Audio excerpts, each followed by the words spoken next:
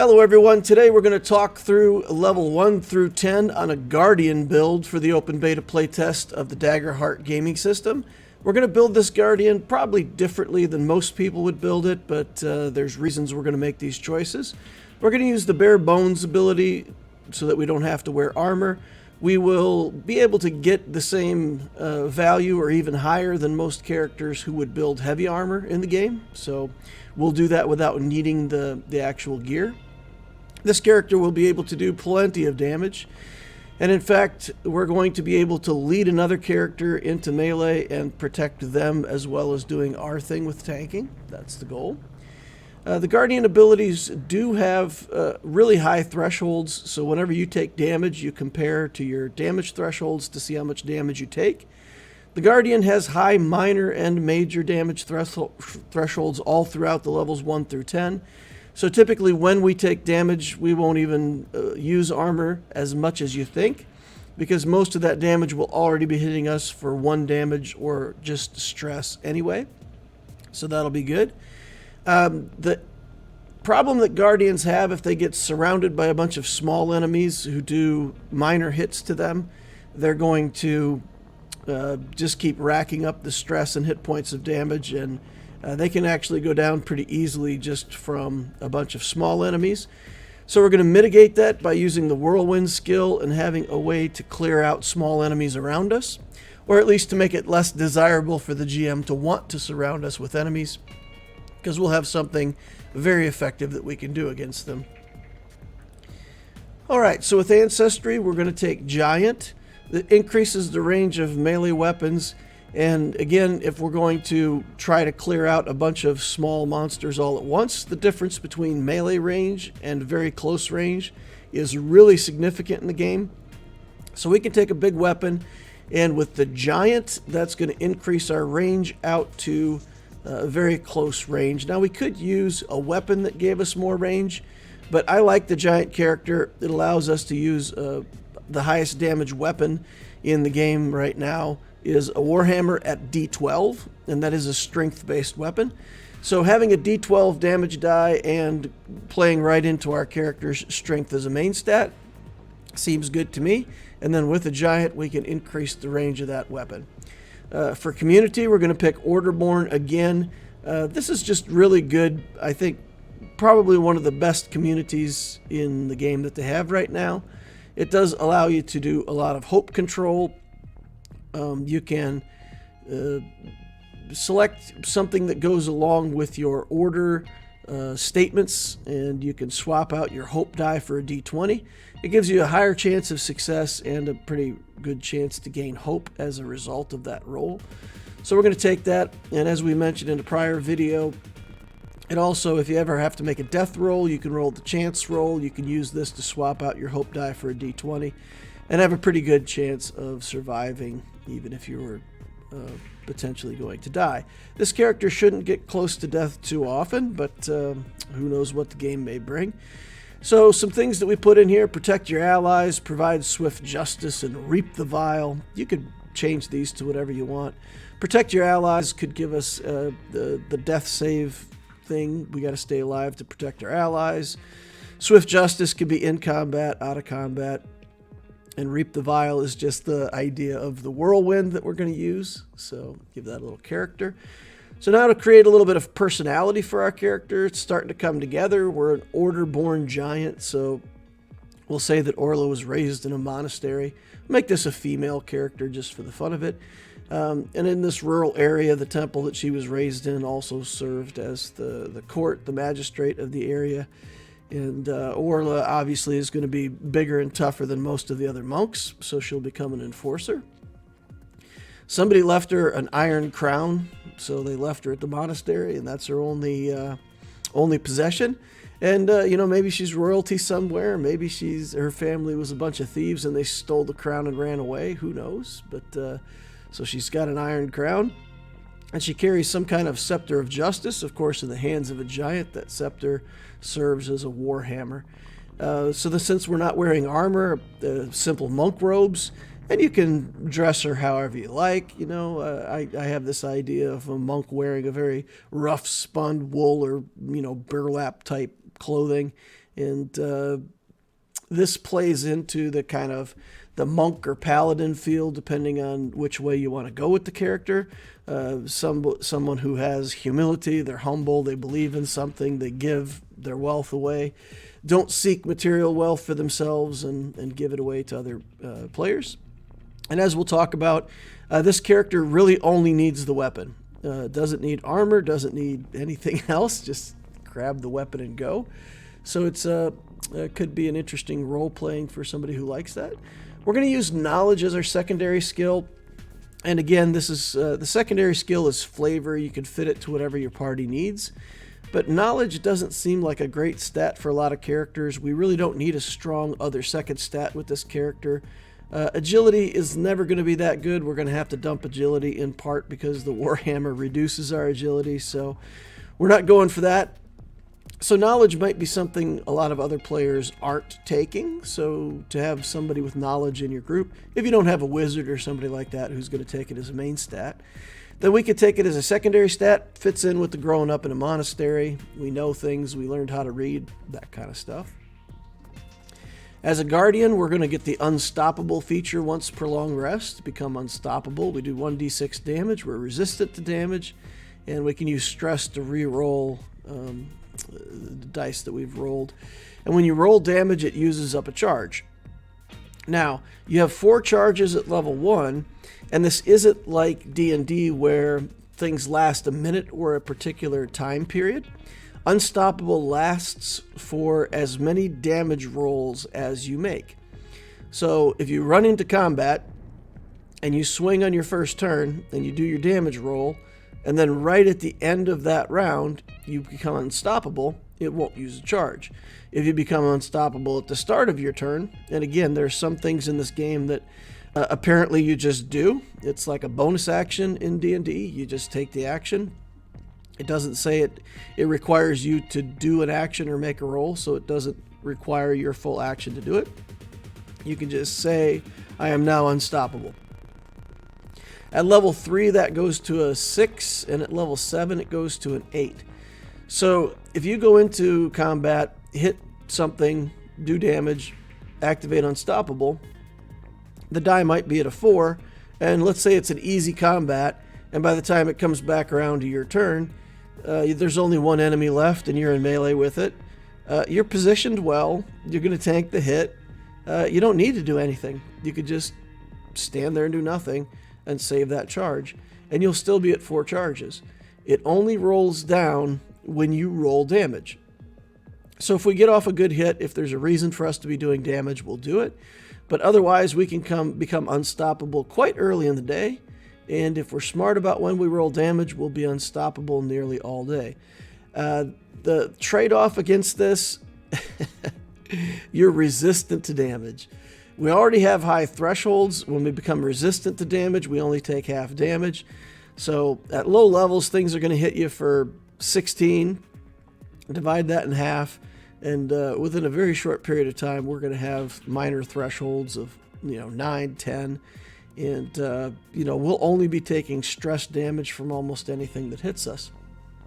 So a lot of people are going to build guardians. They're going to wear heavy armor and carry a shield.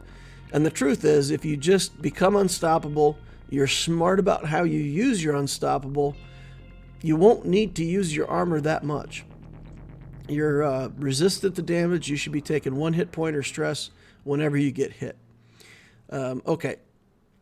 Stalwart as a subclass is going to add +2 to all of our thresholds. Again, this is going to work into the gimmick that we're trying to work with. And then it says we can use hope instead of marking an armor. Now, this character is going to plan to use stress to take damage. Below the minor threshold, the damage still counts as stress. So we're not going to use a lot of stress on this character to power abilities. We're going to save that stress, assuming that we're going to be taking damage, and most of that damage is going to be hitting as stress. When we take damage ourselves and we need to use armor, we can burn a hope instead of using an armor slot. If you can save all your armor slots and never use any of them, then when you go to take a short rest, for example, you can always heal hit points and reduce your stress, or you can reduce stress, and if you haven't taken that many hit points, you can do something else with your short rest. But you don't want to have to repair armor slots right here at the start of the game, so you can use hope instead. So there's some mechanics here that are pretty good, and again, raising all those thresholds is what we want to do. The stats, we're going to do +2 to strength. Uh-oh, this is wrong. We're not going to use daggers as weapons. We're going to use a warhammer. Then we're going to take finesse and knowledge as our +1 stats, and we're going to dump instinct on this character. For weapons, we're going to use a warhammer as a primary weapon. We're going to use a shield as a secondary weapon. The shield, the game wants you to pick a secondary weapon, so if you're creating a character, go ahead, take one. But the warhammer is two-handed, so that's what we're going to be holding, and the shield will just be, I don't know, for decoration.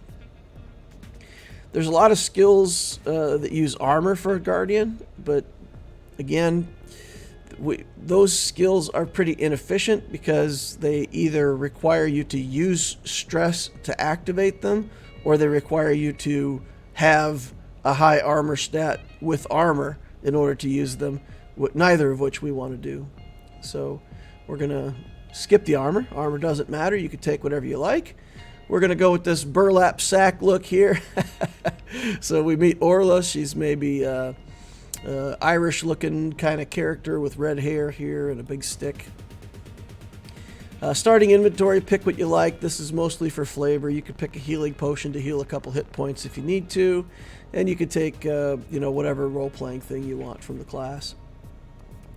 So the two domain cards that we're going to pick at level 1, believe it or not, we're going to be using these domain cards for 10 levels. These are going to be kind of the cornerstone of our build. Bare Bones is going to be in your inventory of domain cards forever. Whirlwind, we'll talk about that later, but Whirlwind will pretty much always be in your inventory. And this is going to allow us to spend hope to target everybody within a weapon's range and deal half damage.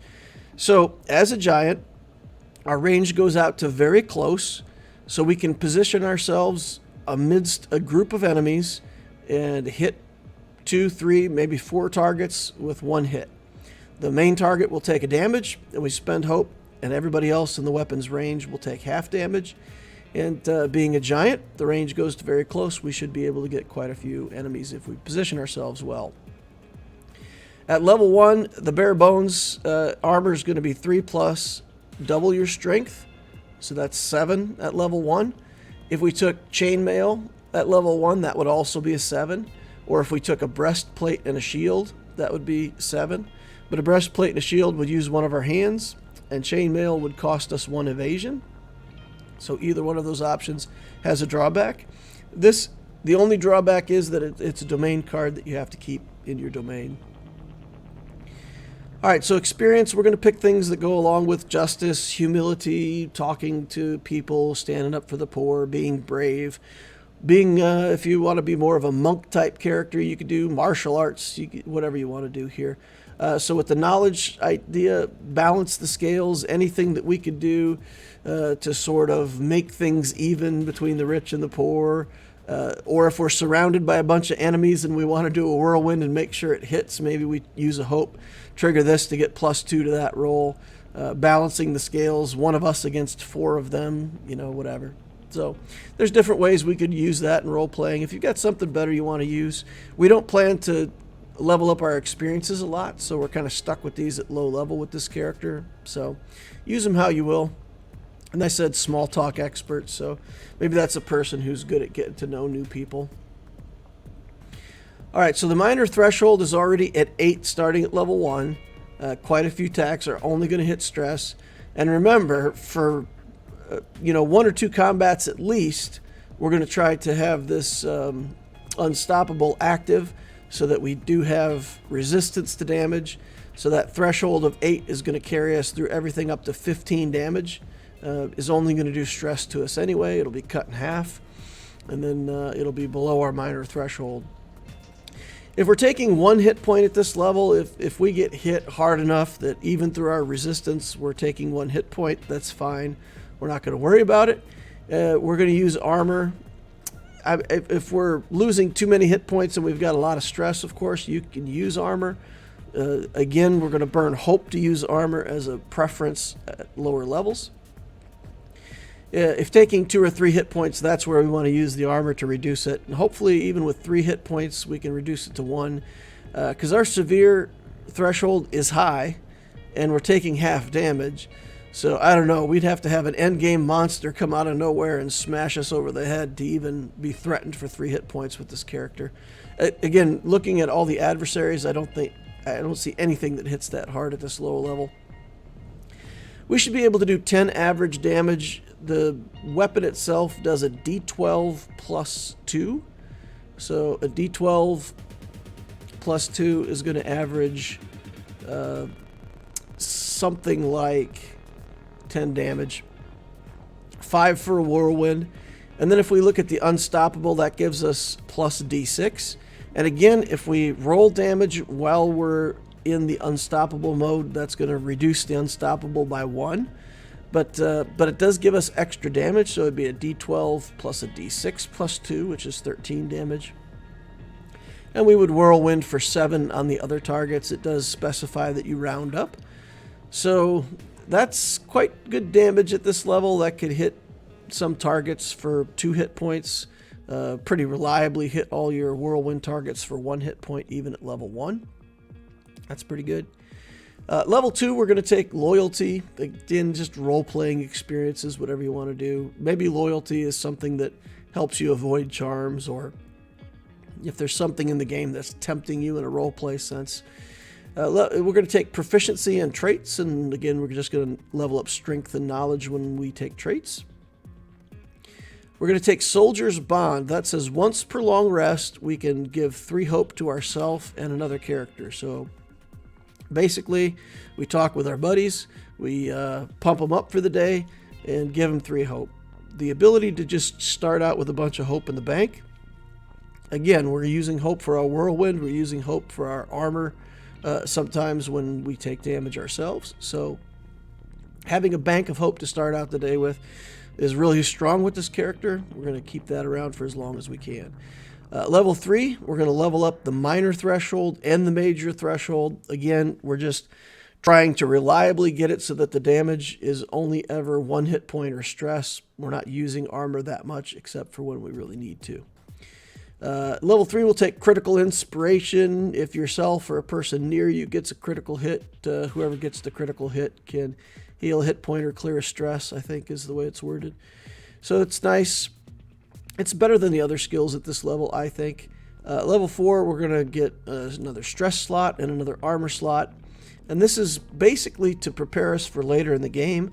I thought a lot about leveling up experience here and just giving us more experiences. I think instead of that armor slot, if you wanted to level up experience, that would not be a bad thing at all. Again, the stress, just because we're taking a lot of our damage as stress against multiple small targets, an extra stress slot can help a lot. So it seems like the best things to do, but I think really you could argue that leveling up a couple of your experiences here would give you more access to that, make it more useful to use your experiences through the whole game. We'll take Scramble here. I don't like any of the 4th level domain cards that we get. Scramble, I believe, is a 3rd level one. This is interesting. If we get hit in melee, we can scramble away from the hit. And let's say somebody really does get a lucky hit that's going to do 2 or 3 hit points of damage to us somehow. Scramble just lets us run away. It's worded in an interesting way. It says when you're about to take damage. So it would mean that you are hit and you're about to take damage, and you would know how much damage that is, and then you say no. So it's not like somebody hits you and you take 8 damage and you scramble and then you're like, oh man, I didn't need to avoid that. It's like you get hit for 64, you reduce it to 32, and you go, that's still too much, I'm just going to run away. So it allows you to avoid 1 hit. It's okay. It's not like super fantastic, but at this level I think it's better than the other options. So with gameplay level 1 through 4, we're just going to walk forward, engage with an enemy, get in melee, hit it with the hammer, and try to do as much damage as we can. At level 2, we'll already have 2d12 plus 2. It's 15 average damage and 8 for whirlwind hits. And again, that would be increased by 3. It would go up to 18 if we're in our 18 to 19 if we're in our unstoppable mode, which would then give us 9 or 10 on the whirlwind hits. Again, the whole idea behind whirlwind is just to use hope to get rid of multiple enemies. And honestly, it's just the GM is not often going to surround you with enemies if he knows that you're just going to hit all of those enemies every time you get a turn. So it's psychological in a way. You don't want to be surrounded by a bunch of enemies, and having a skill that punishes a bunch of enemies will make it, seems to me, less likely that the Dungeon Master would put them in front of you. But anyway, when we use the whirlwind and get multiple targets, it's really effective, really efficient use of our resources. The idea of get behind me is already real. You can just walk behind the Guardian and position yourself there, and if multiple enemies come in trying to attack the character that's with you, whether that's like a wizard that wants to go into close combat, or some player that just wants to be in melee, you'll be able to whirlwind all the enemies that come for them as well. So it's maybe a way to bait in more enemies and get them whirlwinded. So at these levels, your tanking ability, your thresholds are so high that you just walk forward, you trigger Unstoppable. Already at level 3, you get Unstoppable for 6 turns, which means you can roll damage 6 times. And if you're smart about it, toward the end of the fight, just let the other characters in your team do the damage. Your Unstoppable will last for several combats. When I look at the other domain abilities, there's one called Not Good Enough that lets you reroll 1s or 2s. If you look at the statistics on that, even on a D12, if you roll a 1 or 2 and you re-roll it, the chances that you get a better number go up.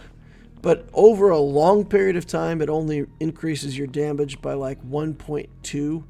So this is taking up a domain slot for very little benefit, and there's so many things that are better. Retaliation is nice. When you get hit by something in melee, you can smack them back. But it does use stress to activate, which we're using our stress to take hits anyway, so we really don't want stress as a resource being used up when we're already using it up. So it's too much stress, so I don't like it.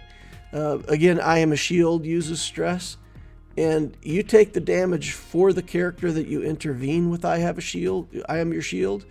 So it's kind of double jeopardy. We're going to get a skill later on that lets us help protect our friends in melee or that are close to us. But so this is kind of a duplicated ability for something we're going to get later. But the fact that it uses a stress and then you take the damage, that's too much. I think it's a lot of resources. And the people around you need to be smart enough not, like, if you got a close combat wizard and he runs into the middle of a bunch of things and takes a whole bunch of damage, that's not on you. You shouldn't have to try to take damage to protect your ally if they're doing foolish things. Maybe you can let that character die and educate them on a better character when they reroll. Body Basher says a melee attack. Now, it'll probably be clarified in the rules at some point, but they're not very good about saying what melee attack is, and there's a distance called melee distance, and our character can attack at very close because we're a giant. So you could say, well, I'm making an attack, I'm at very close, and your GM will say, well, you're not in melee, so you can't use Body Basher. I don't know. The way the card is worded, I can't tell if you're holding a weapon that has melee in the description of the weapon, that's enough and it applies, and then the giant making it very close is okay. I don't know. So the answer is I don't know, and it's not that big of a deal anyway. At the top end, it's only going to increase your damage by 4 or 5, maybe 6 if you get the relic, so it's not that impressive. So Scramble can be used position for the next whirlwind, that's why I picked that. And just remember, you could pass. So this character has a lot of passive skills. Unstoppable is amazing. And if you don't want to do damage and use up one of your unstoppable turns, then just let the rest of your party do it. There's nothing that says in this game that you have to move. So Out of combat, Orla can be played as a paladin or monk type character, and I struggled to I originally was going to build this as a finesse build and make this a character that could duplicate roles or overlap roles with a rogue, but it really took the stats too far out of line with what I wanted to do, and I actually would have had to use finesse as the main stat instead of the secondary stat, at least the way I tried to build it out. And then we had to take skills to keep up with it, upgrade our experiences. And at the end of the day, I couldn't make it fit. So what I did here was I just built it for knowledge. And I said, okay, out of combat, if it's a social situation, we're going to just stand in the background and be a presence. Maybe the crown on the head will make people think we're somebody important or whatever. But just kind of be there strong and silent and help the other characters.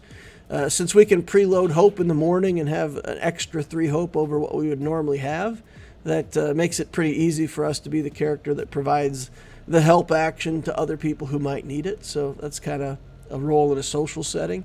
And then if there's a knowledge role, we can roll on knowledge. That's kind of our thing. So we're a giant bodyguard bookworm. That's what we are. At level 5, we're going to get another experience, again, just mostly for role-playing. Let's say celestial lore or something like that. Know something about the gods. At level 5, we're going to level up proficiency and traits.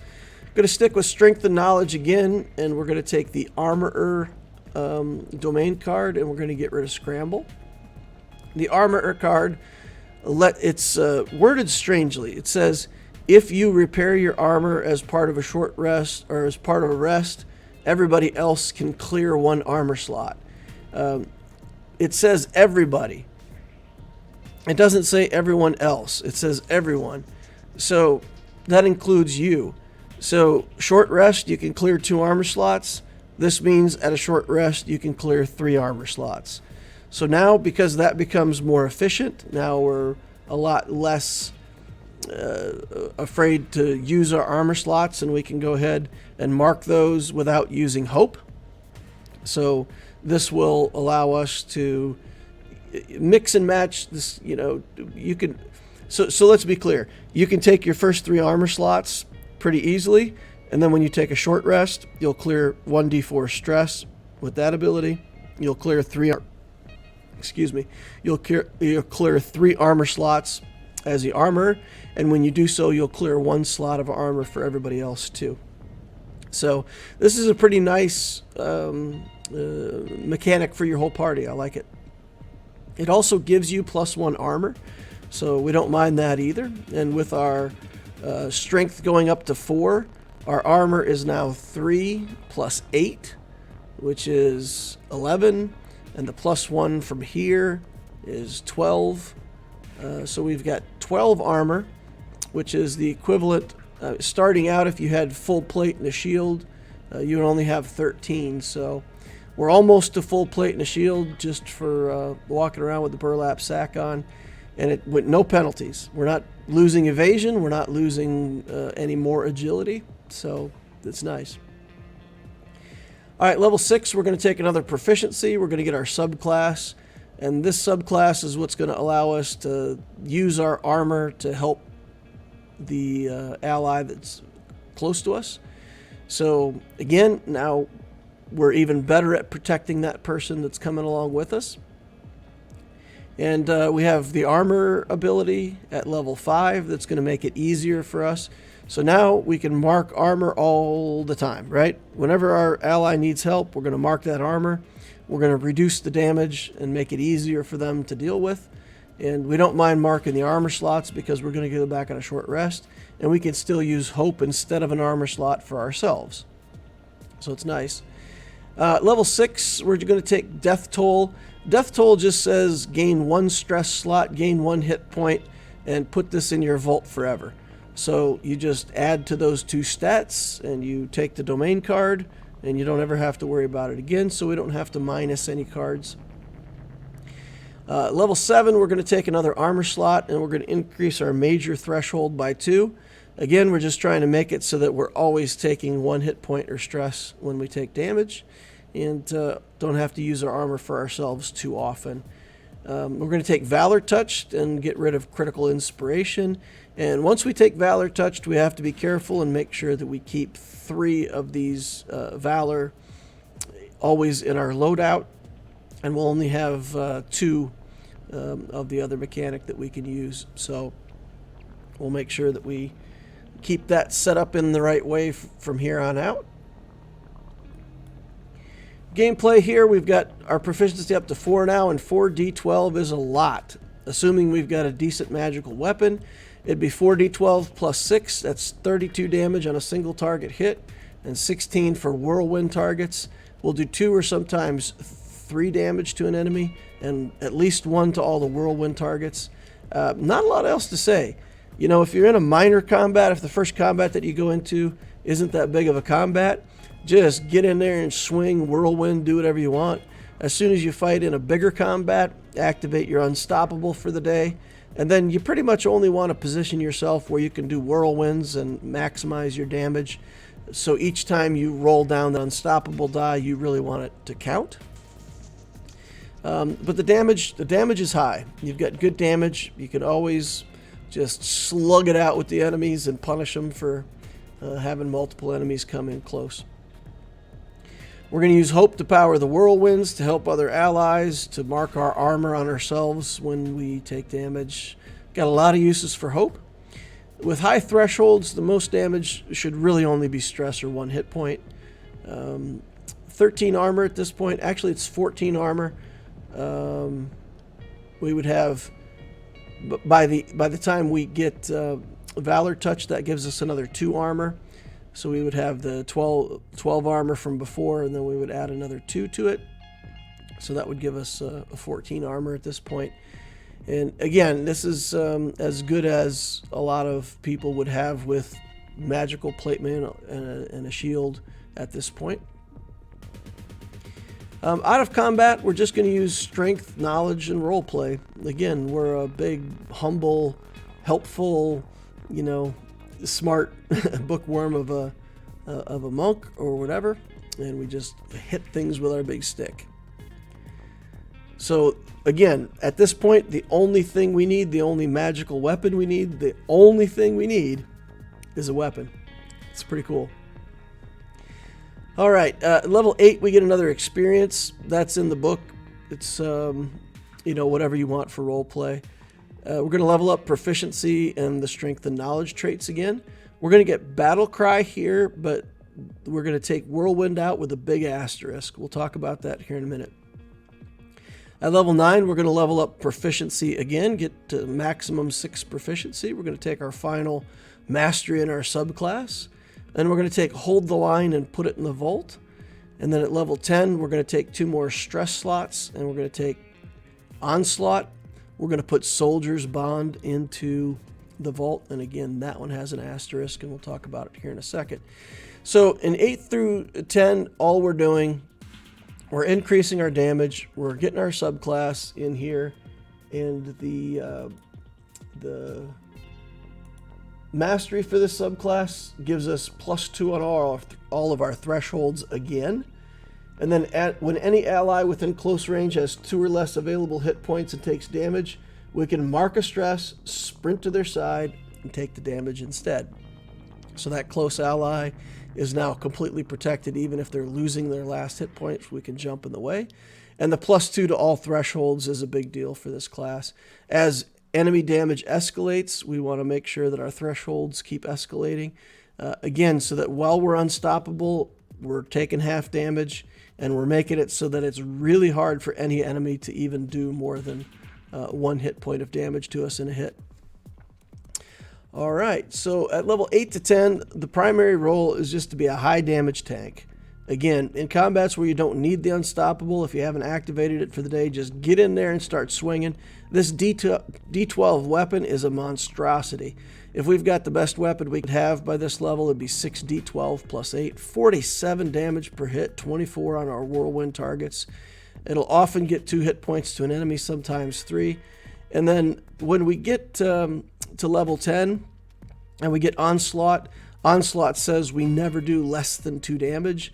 So no matter what the enemy's thresholds are, Whirlwind, even if it's half of damage, whatever it is, whenever we do damage, it's going to be a 2 hit point minimum damage. And that means we do 2 hit points to as many targets as we have.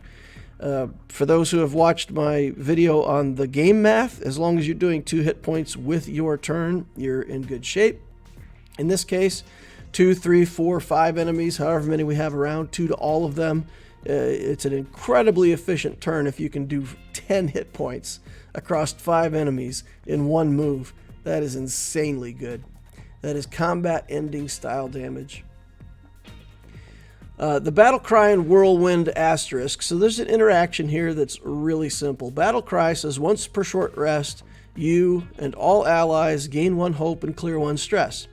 And until somebody rolls fear, +1 proficiency. Now, as far as I understand, that gives +1 proficiency to your whole team. Everybody that can hear you gets 1 hope, clears a stress, and has +1 proficiency until someone rolls fear. Now, statistically, somebody will roll fear within 2 turns, so it's not like it's going to last that long, but still, you get to boost proficiency for a turn or 2 for your allies, which is not bad. Whirlwind, when it's in the vault, there's a number up in the corner with a little lightning bolt. That's how much stress it takes to move a card from your vault back into your active area to swap them out. The number that you're looking at is the number as it's in the vault. So with Battle Cry on the field and Whirlwind in the vault, when you use Battle Cry, it's once per short rest. Immediately after you use it, you re-equip Whirlwind.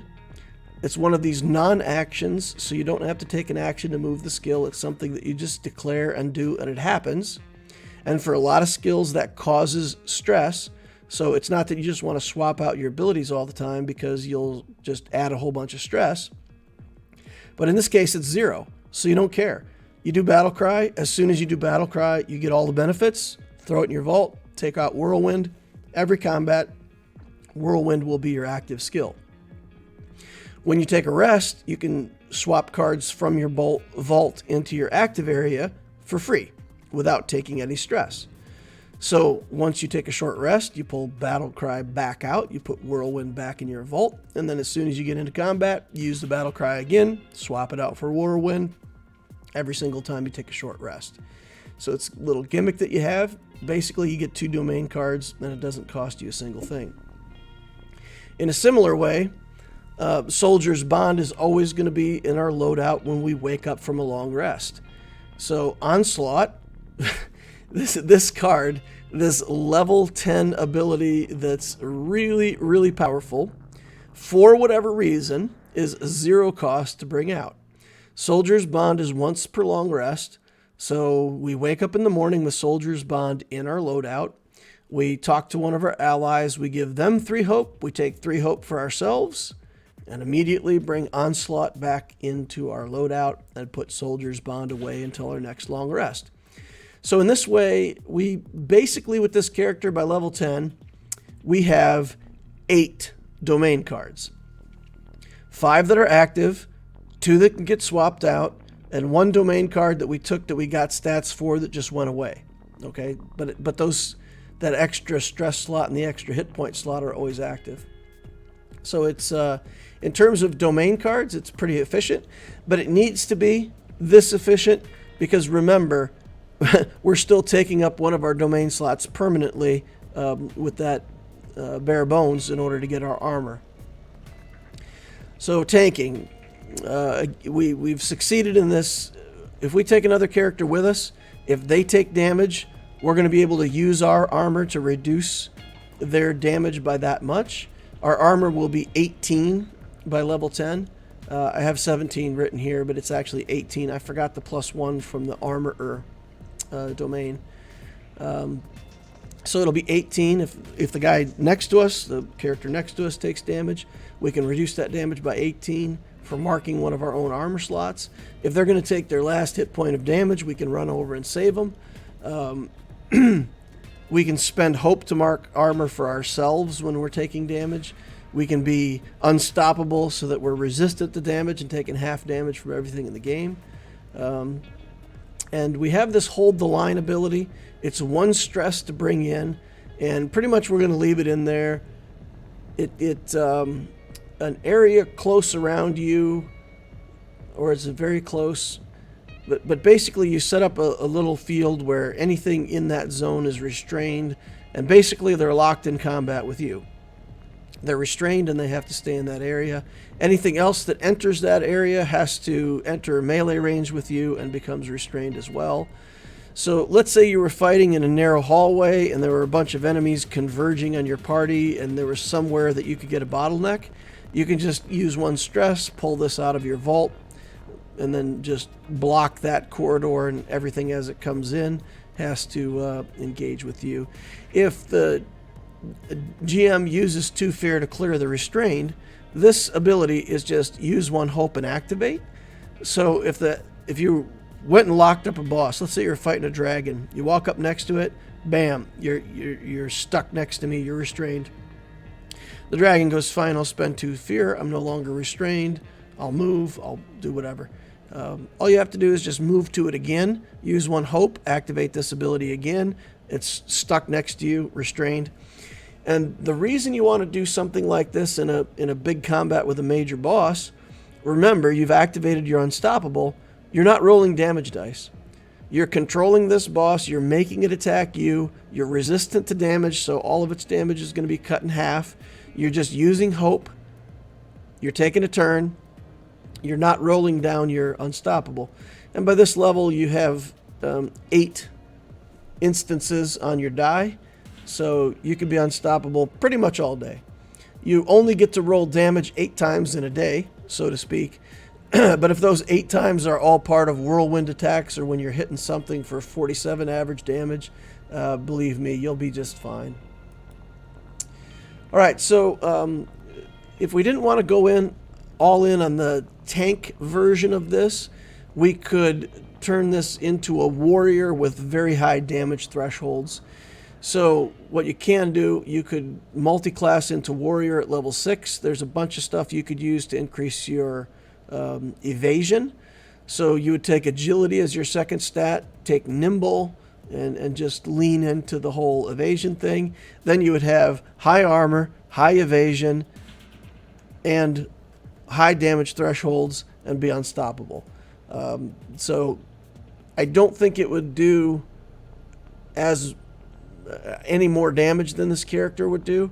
There's just a few things that you could take with retaliation and other stuff like that that would be, let's say, more useful if you wanted to do more damage. And you'd be harder to hit because of the evasion. So you could really, then you could tank anything. You could evade most hits, and the ones that you did get hit with, you would easily be able to absorb. I didn't like that build as well, so that's why I just went with straight Guardian.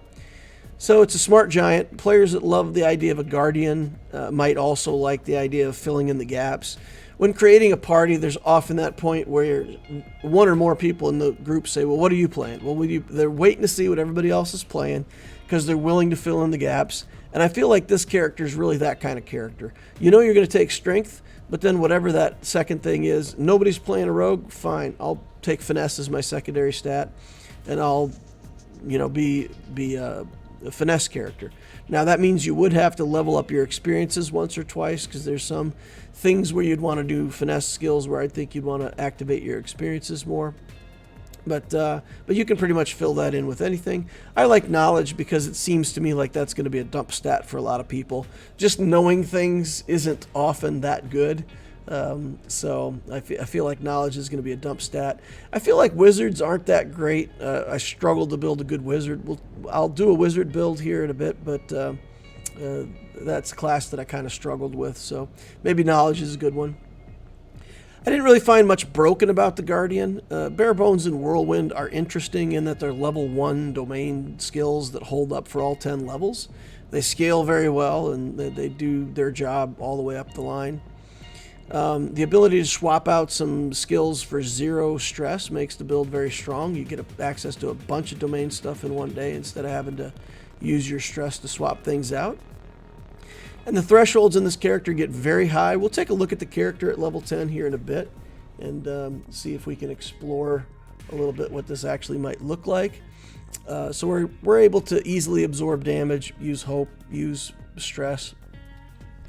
And in summary, we're going to be able to take hits while dishing out lots of damage. And we do have this high-level taunt with Hold the Line that could be good in certain boss combats. And I love the idea of a one-item character. Like, anything else that you want on this character is just flavor. All you need is just your big weapon. You don't have to wear armor. You don't need a bunch of other things. You just get in there and start swinging.